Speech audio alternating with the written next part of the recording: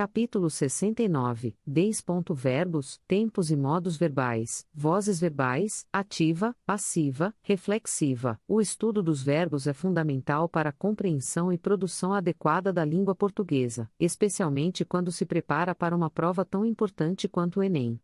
Neste capítulo, vamos nos concentrar em um aspecto particular dos verbos, os tempos e modos verbais e as vozes verbais, ativa, passiva e reflexiva. Tempos e modos verbais. Os tempos e modos verbais são formas que os verbos assumem para indicar quando, tempo, e de que maneira, modo, a ação que eles representam ocorre. Em português, temos 3 modos verbais: indicativo, subjuntivo e imperativo. Cada um deles tem seus próprios tempos verbais. O modo indicativo é usado para expressar fatos reais, certos, que ocorreram, ocorrem ou ocorrerão. Seus tempos verbais são: presente, pretérito perfeito, pretérito imperfeito, pretérito mais que perfeito, futuro do presente e futuro do pretérito. O modo subjuntivo é usado para expressar ações duvidosas, incertas, possíveis, hipotéticas. Seus tempos verbais são: presente, pretérito imperfeito, futuro. O modo imperativo é usado para expressar ordens, conselhos, pedidos. Ele só tem um tempo verbal, o imperativo. Vozes verbais. As vozes verbais indicam a relação entre o sujeito e a ação expressa pelo verbo.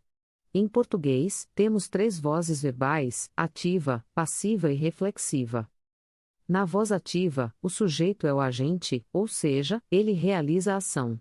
Exemplo: o professor corrigiu as provas. Na voz passiva, o sujeito é paciente, ou seja, ele sofre a ação. Exemplo: as provas foram corrigidas pelo professor. Note que a voz passiva pode ser analítica, como no exemplo, ou sintética: corrigiram-se as provas.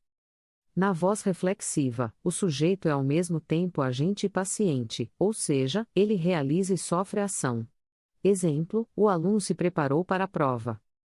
É importante ressaltar que nem todos os verbos podem ser usados nas 3 vozes. Alguns verbos, como os verbos de ligação, não têm voz passiva, por exemplo.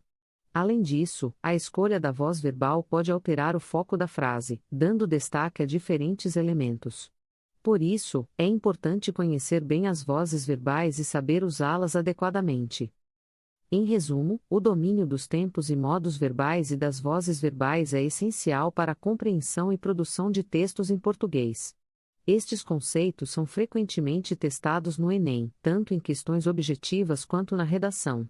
Portanto, é fundamental estudá-los e praticá-los para se sair bem na prova. Esperamos que este capítulo tenha sido útil para você.